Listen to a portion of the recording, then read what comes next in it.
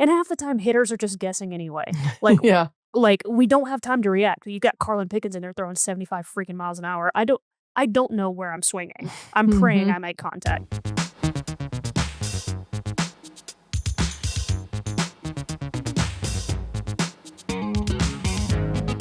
Joining us now, she's a softball analyst for the SEC Network and works in sponsorships for the Athletes Unlimited Softball League, a standout outfielder and 3-time first-team All-American at Alabama, former pro in the National Pro Fast Pitch League and the AUSL, and an Olympic silver medalist with Team USA. She played the game. She covers the game. She's growing the game. She's even married to the game. Her wife, Haylie Hanson, played at Florida State. It's Haylie McCleney Hanson. Hi, Haylie. Hi, how are you? Thanks so much for having me. You literally married the game.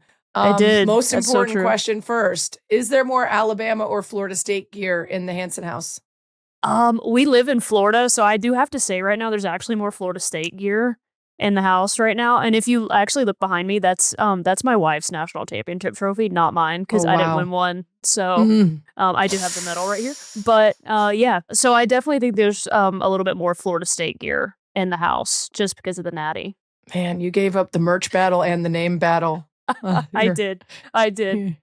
Pitchers always win, though. So, you know what I mean? Fair. All right, we're going to get into the exciting second season of the AUSL because I'm excited to talk about that. But I want to start with college softball, your focus at SEC Network as an analyst and as co-host on Rally Cap. So how did this NCAA regular season differ from what you expected back day one in February?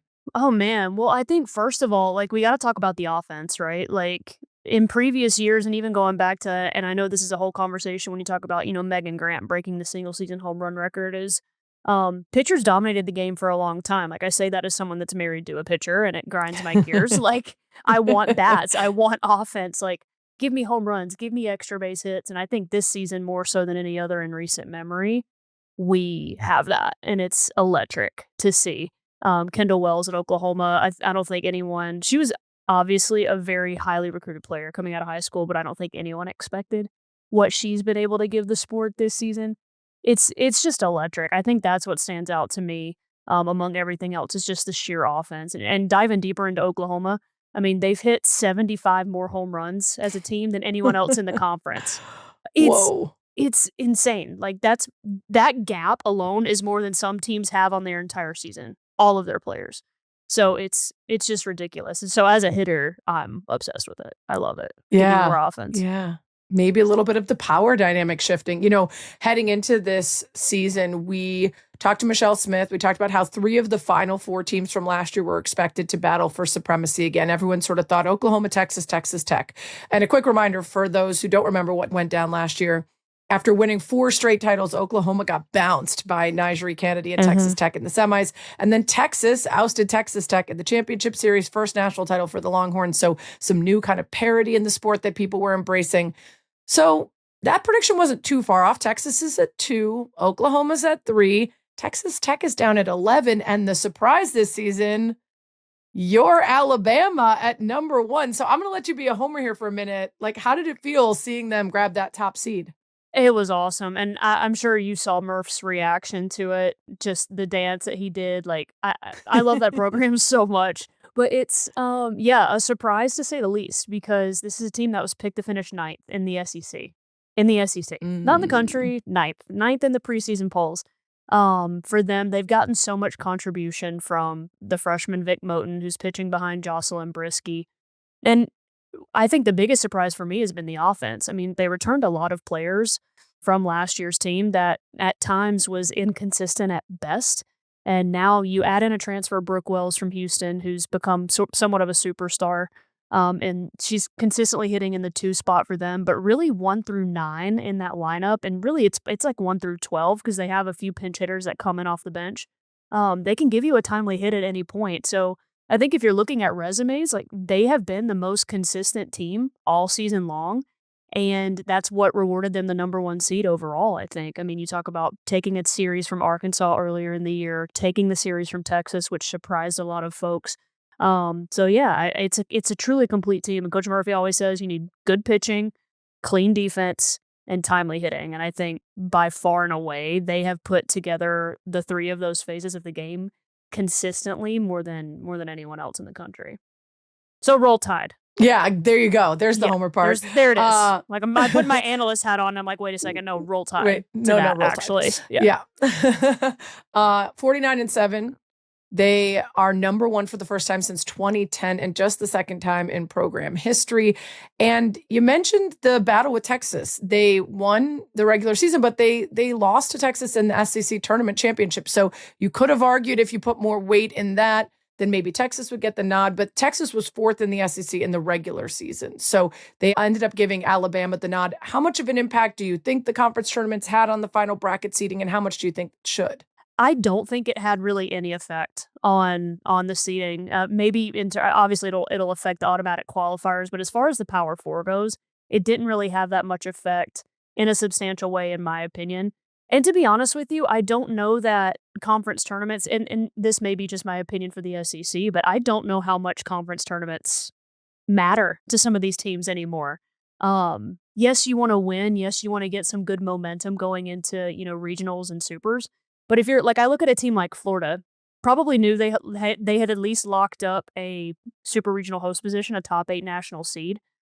Did they need to make a run in the tournament? No. So would rest be more beneficial for them? More than likely. I think each coach plays that differently. And it's also a single elimination format. So it's not really, if I'm looking at it, if I'm on the selection committee, I want to see what you did over the course of a weekend in a series against the same team, because that's what you're going to see in regionals, supers, and at the World Series, right? A single elimination tournament when you're playing back-to-back days against opponents like that, it really usually comes down to whoever the hottest team is at that point wins, and whoever's pitcher is pitching the best. Yeah. And that was Tegan Gavon. I mean, I went back and watched that game. And the movement on her pitches, when she is sharp and when she is on, she's the best pitcher in the country. I mean that, like, full stop, like, hands down.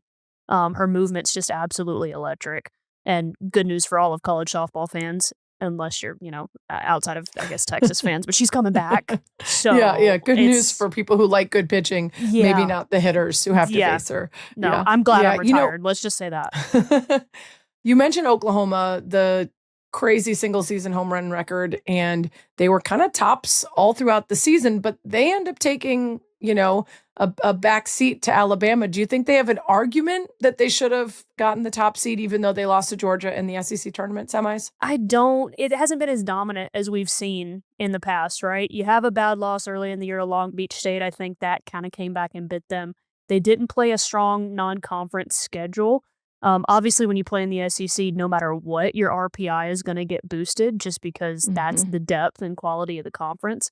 But I think the committee this year, more than any other year, really proved that your strength of schedule matters. That was very clear to me on the seating when going through everyone's resumes. And you see the same thing with Texas Tech, too. I mean, that's a team that's been in the top 5 in the rankings consistently all year long. Like, people see on the eye test, like, hey, this is a team, like, obviously you got Nigel Kennedy, you got Caitlin Terry, you got Bats, you got Mia Williams, like, you got everybody, and you're paying them, which is great. But they didn't play anyone outside of the conference. And so their RPI suffered, and I think the committee was very clear that, hey, we want to see you play in some really good and really competitive games, and if we don't, your seeding's probably going to fall. Yeah. RPI, rating percentage index, that's the team's wins and losses and strength of schedule sort of all brought together to use to rank. So it's not just about strength of schedule, but how you fared against the better and worse teams that you played.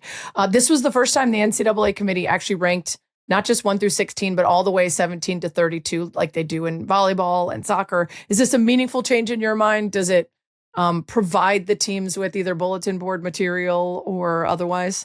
I think it does. And my eyes immediately went to the Baton Rouge regional, because that's 16. And that was the regional that I was going to keep my eyes on pretty much no matter what, but especially when Virginia Tech got announced that they were going to go down to Baton Rouge as that 17 seed, if you will. I know the committee said that they're not going to put the numbers 17 through 32, but, just inferring, right, which is so fun to do with NCAA.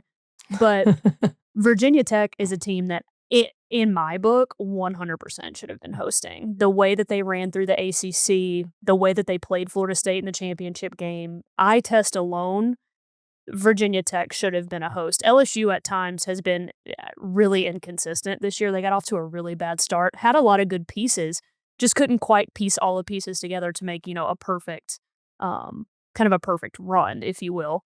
And so I know a lot of people are upset about the Virginia Tech situation. I get it. I understand it. So that's a team to me that's like coming into a regional with something to prove. And those are the teams that are really scary. And then you look at Tuscaloosa. This is where it became very interesting to me, the new 17 through 32 seeding, because you've got Southeastern Louisiana there as de facto 32, right? But then seeds 3 and 4 in those regional tournaments are no longer based on performance. They are not seeded. It's solely based off of geography, right? So then you sneak in Belmont as the 3 seed with Maya Johnson, the number 3 overall pick in the AUSL draft, with a .66 ERA and something along the lines of like a 15 strikeout to walk ratio. Literally one of the best pitchers in the country coming into that as a 3 seed. Unreal. So that was interesting to me. Like, you can see the matchups between 17 and 32 with where they are competing for the hosts, like with the hosts. But those 3 seeds became very interesting. Marshall's another Spicy. team that comes to mind. Yeah, it's just it's interesting because geography didn't matter, and then all of a sudden a sudden it did, and Alabama was handed one of the toughest regionals as the number 1 overall seed. Let's talk about that, because it's not like it's ever going to be an easy road, but a lot of people have said, dang, you got the number 1 seed, and then they put a lot in front of you to make it there. You mentioned already Brooke Wells, first team all-conference slugger, a standout for this team. Also, SEC Pitcher of the Year, Jocelyn Brisky. So talk about why she's so good. Jocelyn Brisky, I think it's 2 parts. I think she's always had the stuff. She's had the stuff since she was a freshman. I think this year more than anything, it was the mentality. She knew that there was going to be 2 really solid freshman pitchers coming in with Vic Moten and Caitlin Palazzi. Vic Moten's kind of established herself as the number 2 behind Brisky. And then walks were just her biggest kind of kryptonite the past couple of years. She didn't have solid command of her pitches, couldn't command her off speed very well, and just didn't have really good control of the zone. And so she put a lot of time in on the mental side of things and just really working with the pitching coach, Lance McMahon, on sharpening her command and sharpening her movement and working on her spin rate and things like that. And so I think the biggest thing for me this year has been the strikeout to walk ratio. I mean, it was by far and away the best in the SEC. Her vertical split, which just meaning she can really tunnel her drop ball and her rise ball really well. So as a hitter, it literally looks like the same pitch, and then it just splits, and you don't know, and you're just guessing. And half the time, hitters are just guessing anyway.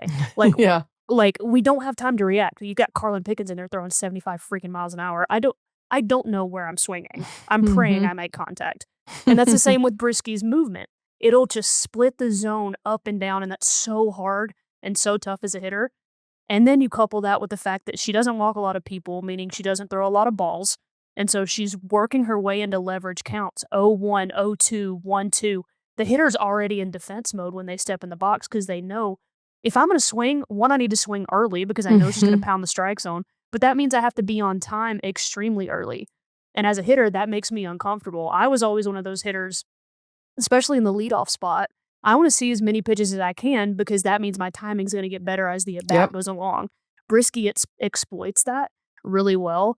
And you couple that with the mentality piece that she's just had. I mean, you can tell, like, if you just watch her pitch, you can tell she's just like, give me the ball. I'm a dog. I'm better than you. I dare you to get in the box. And that's the mentality you have to have as a pitcher. And she's by far and away, this is by far and away her best season yet. And she's another one, like, sorry to you hitters, but she's coming back. She's only a junior, which is just crazy. So, but for you to win SEC Pitcher of the Year with all of the names, the Carlin Pickens, the Tegan Cavans, like all of those aces, Robin Herron from Arkansas, like that's a big time award, but well earned and well deserved. We've got the NCAA regionals, double elimination. Winners at each of the 16 sites will move on to the super regionals. Any hot takes you want to get out? Any upsets that you see coming? I have concerns about Texas A&M hosting Arizona State and Kenzie Brown. They went on an absolute tear in the Big 12 tournament. Texas A&M did not look great in the SEC tournament.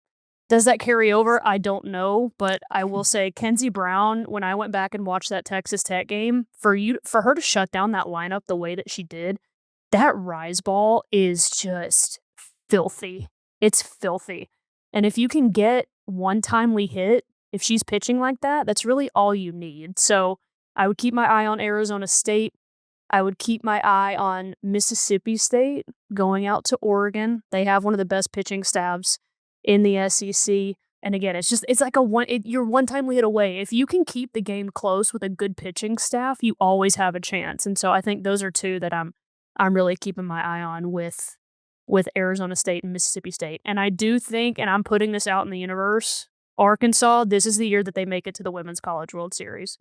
I believe it. Okay.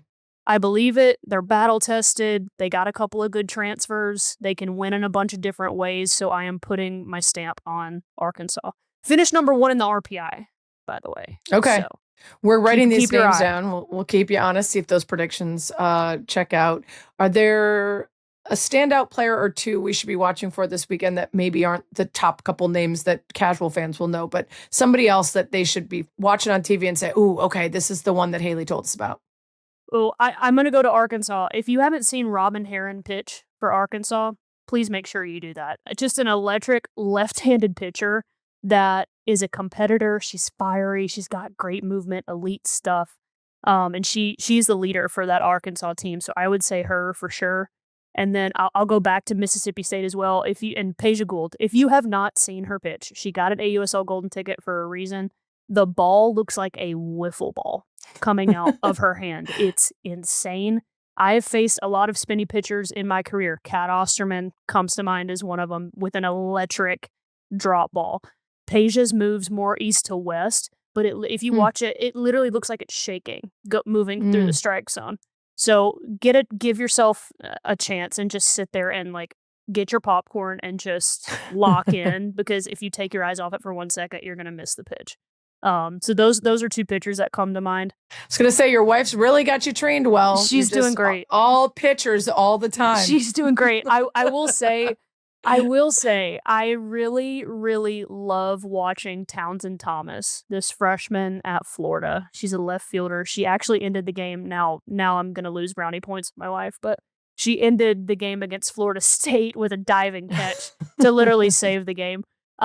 We talk about Kendall Wells all the time, right? As one of the best freshmen, if not the best freshman in all of college softball. I would argue that Townsend Thomas is right there with her as a prolific outfielder. She's hitting the cleanup spot as a redshirt freshman at Florida. Yeah. Like, not a lot of people Wow. can say that they do that.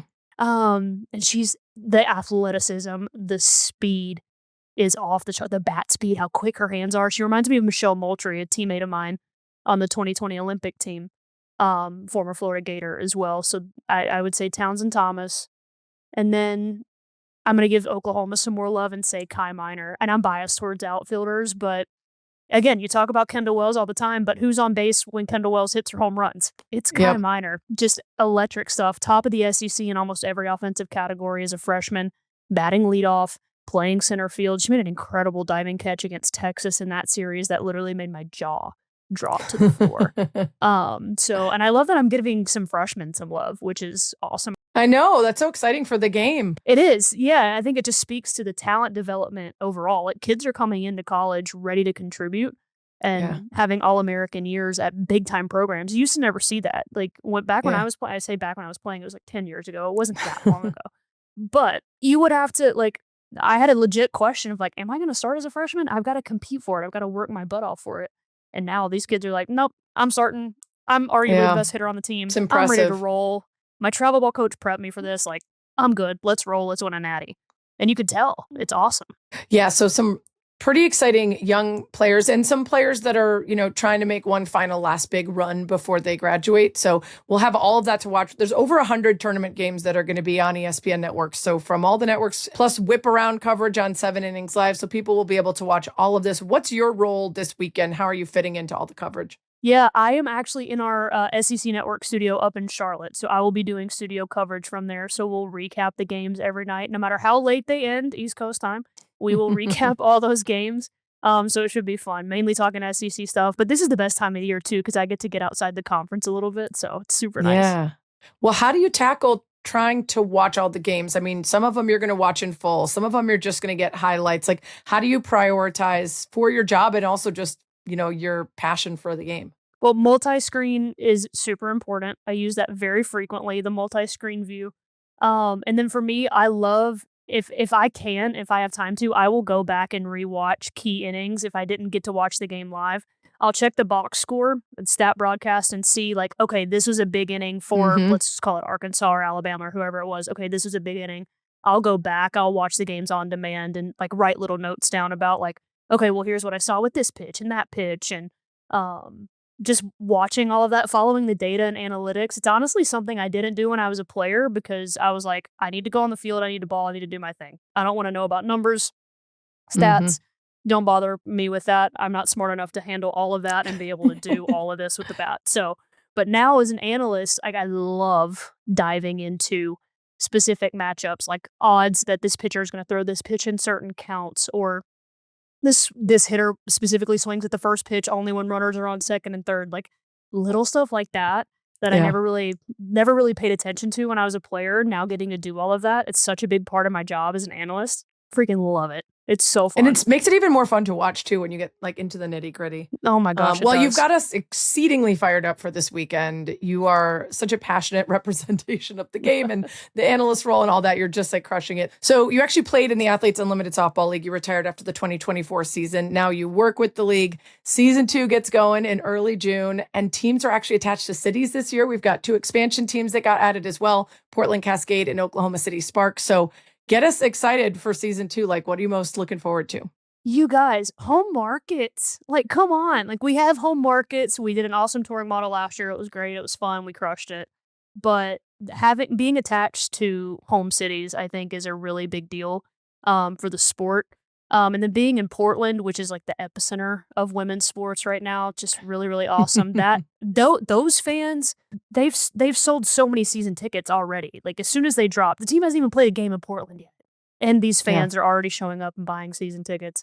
So I think, Commissioner Kimming did a really great job, obviously, because she's Kimming. Like, she's literally the best thing ever. Just selecting these markets specifically and knowing how deep softball fandom is in these places, and there's so much opportunity for growth. I mean, it's crazy to think about when I came out of college in 2016. It was only 10 years ago to where we are now, and it feels like we're still only just scratching the surface of where Yeah. professional softball can be. And you're gonna watch it. You're gonna watch high competitive softball in the Women's College World Series like you do every year, where we continue to outrate the Men's College World Series because the sport is like that electric and so fun. Mhm. Those same players are playing in the AUSL right after that. Opening day is June 9th, so just roll all your softball coverage straight over from ESPN and ABC right on to ESPN and ABC with the AUSL. You think college softball is fun? Like, watch a pro softball game and see Yeah. how competitive it is. So fast. See how fast it is, see how difficult it is. Like, what these women do is truly remarkable. I'll just put things in perspective as a hitter. You're talking about facing 70 plus mile an hour pitching consistently, right? And even Carlin Pickens, who's a number 1 overall pick in the draft, throws 75, like, very consistently. It's literally like facing 105 miles an hour in baseball, inning after inning after inning. Right, because the Like, difference from the distance of the mound to the plate, which a lot of Yes. people don't know, that's why the speed there, and that's why when you've had those great examples of MLB players try to step in and hit softball, They they can't. can't. They can't do it. I mean, I could barely do it, and I did it my whole freaking life. Like, it's not it's hard. It is hard to do. I gave this analogy a while back too. When Carlin Pickens, let's just use her as an example, when she releases the ball, because she's so tall, she's releasing that ball from about, like, what feels like 35 feet, right? Because her legs are so long. So Mhm. picture yourself standing on the side of the interstate and watching cars come at you at 75 miles an hour from 35 feet away. That's terrifying. Yeah. That's terrifying. And that's what these women do every single time Yeah. they step out on the field for 7 full innings.